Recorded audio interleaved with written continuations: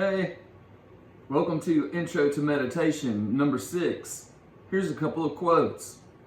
Remember, you don't meditate to get anything, but to get rid of things. We do it not with desire, but with letting go. If you want anything, you won't find it. That's Ajahn Chah.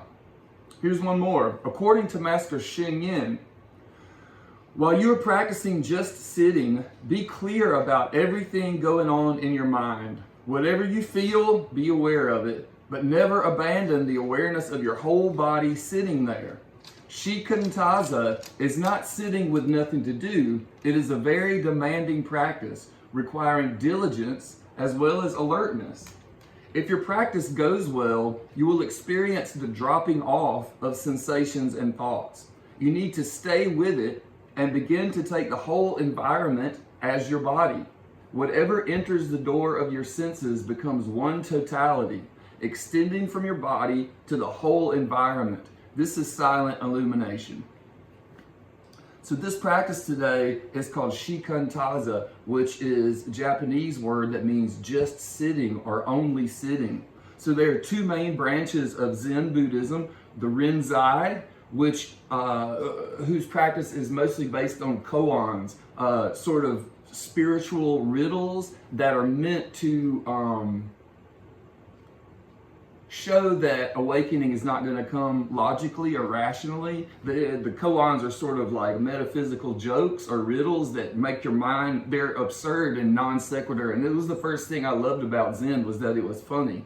But it's meant to make your mind jump track, so that you realize that whatever it is you're trying to get, you're not going to get there by making an outline or a list. It's going to be through a weirder and different way. That's Rinzai. In Soto Zen, the main practice is Shikantaza, just sitting meditation. And what that connotes is that we're not following our breath, and we're not counting our breath, and we're not saying a mantra, and we're not visualizing anything.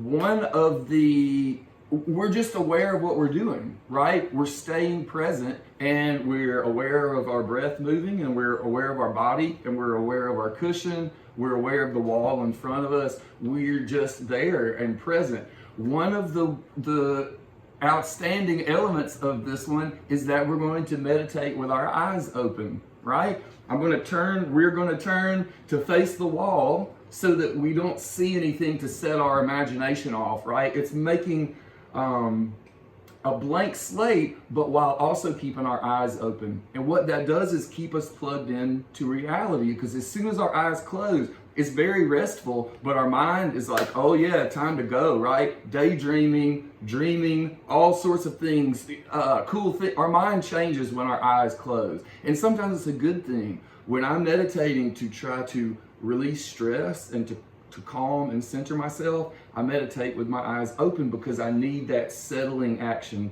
of the nervous system. But there's also times to explore the nervous system and explore our minds and bodies fully present visually. And that's what it does when we can keep our eyes open. It just has a very notable change in how our consciousness operates when our eyes are open, right? So let's sit comfortably. We're going to set a timer. We're going to set up about 6 inches away from the wall.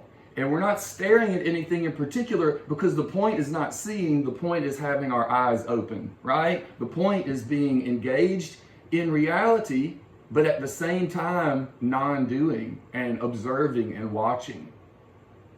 Enjoy it.